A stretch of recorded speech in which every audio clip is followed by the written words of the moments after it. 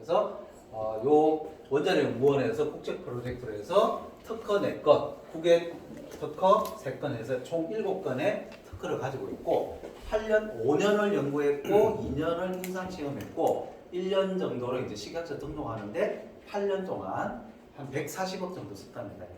이걸 이제 개발을 했는데 자, 원료가 뭐냐면 당귀, 청궁, 백작약이에요. 이제 한약을 좀 드셔보신 분들은 당귀, 청궁, 백작약 무조건 아실 거예요. 왜냐하면은 모든 한약에 기본적으로 무조건 들어가는 거예요. 그리고 우리 며느리가 아기 낳는데요, 우리 딸이 아기 낳는데 뭐 하나 좀 지어주세요 하면요, 청궁, 당귀, 백작이 무조건 들어가요. 거기다 숙지향해서 사물탕이 기본으로 들어가고요. 혈을 보호하거든요. 여성분들한테 무조건 좋습니다. 그래서 이 당귀, 청궁, 백작약이 기본적으로 들어있는데 한약 재료보다도 훨씬 더 농축된 그런 재료들이 들어있습니다. 그래서 요거는 우리가 한약 재료를 믿고 사기가 좀 힘들잖아요. 왜냐하면 우리가 이거 국산이에요 그러면 다 국산이래요. 제가 이제 대구에 한 보름 정도 우리 그 비즈니스 때문에 이제 가 있는데 거기 가면 대구 양령시가 있어요. 거기 가면은 큰 한약재가 있거든요. 어마어마하게 있습니다. 근데 그게 전부 다 국산이래요, 전부 다. 그거 믿을 수가 없어요, 솔직히.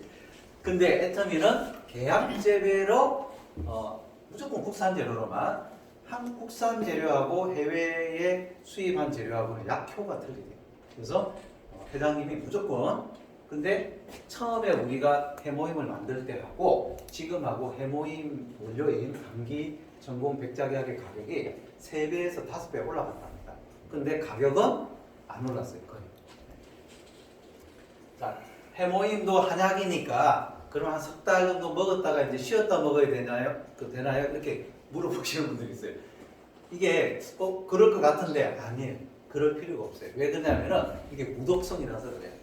그 한약 재료 같은 경우는 물로 달여가지고 독성과 몸에 이로운 걸 같이 먹습니다. 그러니까 이걸 석 달 이상 같이 먹으면 독성분 때문에 간에 무리가 가기 때문에 석 달 이상 먹지 말라 그래요. 먹으면 황달 걸리고 간이 망가져 버려요. 그러니까 한약은 장복하시면 안 되는 겁니다. 그리고 특히 40대, 50대 이제 40, 50대까지 넘어오신 분은요, 한약을 좀 드시면 안 된다고 저는 좀 말씀드리고 싶어요. 왜냐하면은 이제 예전에 20대, 30대 간이 아니에요.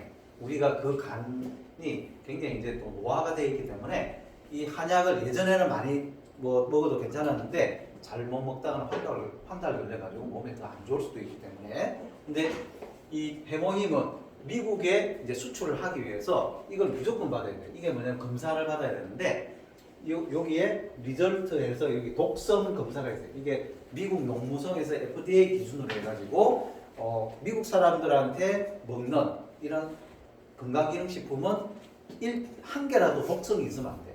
자기들이 정해놓은 그 독성분이 처음 다 not detected 해가지고 검출 안 됐다. 이걸 해가지고 오케이 받았기 때문에 미국에서 지금 팔리고 있습니다. 그러니까 1년 365일 먹을 수 있는 한약인데 굉장히 농축되어 있다고 보시면 돼요. 그러니까 한약보다 더 좋다. 그런데 여기에 보면 해모임의 성능 중에서 1번이 뭐냐면 NK셀 활성입니다. 내추럴 킬러 세포를 활성화시킨다는 건데 저도 저게 처음에 무슨 말인지 몰랐어요. 근데 이게 이런 말이더라고요. 그거 한번 보십시오. 암세포의 천적이라 불리는 NK세포가 그것. 백혈구의 일종인 NK세포는 암세포와 같은 적을 만나면 강력하게 대응하는 면역세포다. NK세포 자체가 우리 몸에 바이러스나 세균이나 암세포가 발생했을 때 제일 먼저 가서 그 암세포나 바이러스를 없애줄 수 있는 게 NK세포거든요. 그렇기 때문에 NK세포의 활성도가 낮아졌다고 하는 것은 그 기능이 없어졌다는 것하고 똑같은 것이기 때문에 우리 몸을 지키는 기능이, 면역 기능이 떨어졌다고 볼 수 있습니다. 우리 몸은 약 60조 개의 세포로 이루어져 있다. 수많은 세포는 질서정연하게 배열되어 각각의 기능을 발휘한다. 그런데 세포가 발암물질에 지속적으로 노출될 경우 유전자 변이를 일으키며 급격히 증식을 한다. 이것이 바로 암이다. 한편 심장 뒤 흉선에서 자기 몸의 단백질 구조를 배우고 익힌 NK세포가 인체를 돌아다니며 탐색을 하는데 암세포와 같은 적을 만나면 즉각 작전에 돌입한다. 공격 작전은 치밀하다. 먼저 수상한 세포의 단백질을 확인, 그 구조가 다르면 적으로 간주한다. 곧장 당 단백질인 파포린으로 암세포의 막에 구멍을 뚫고 수분 이온 등을 주입해 암세포가 팽창되어 폭발하게 한다. 또는 단백질 분해 효소를 투여 자체 소멸하게 한다. 그러니까 NK세포의 활성도를 올린다는 가장 큰 의미는 자기 자신의 전체적인 면역력의 지표로서 보는 거거든요. 특히 암이 없는 상태에서, 노선이 치료가 돼 있는 상태에서 자기가 노력함에 따라서 NK세포가 다시 정상적으로 올라갈 수가 있는 거거든요. NK세포는 그 수보다 움직임이 얼마나 활발하냐가 관건. 활성도가 높은 NK세포만이 암이나 바이러스 등 외부로부터 침투한 적을 공격할 수 있다. 실제 건강한 사람들과 암 환자들을 비교해보면 확연히 차이가 나는데 NK세포의 활성도가 낮다는 것은 면역세포로 제 역할을 하지 못한다는 것을 의미한다. 네.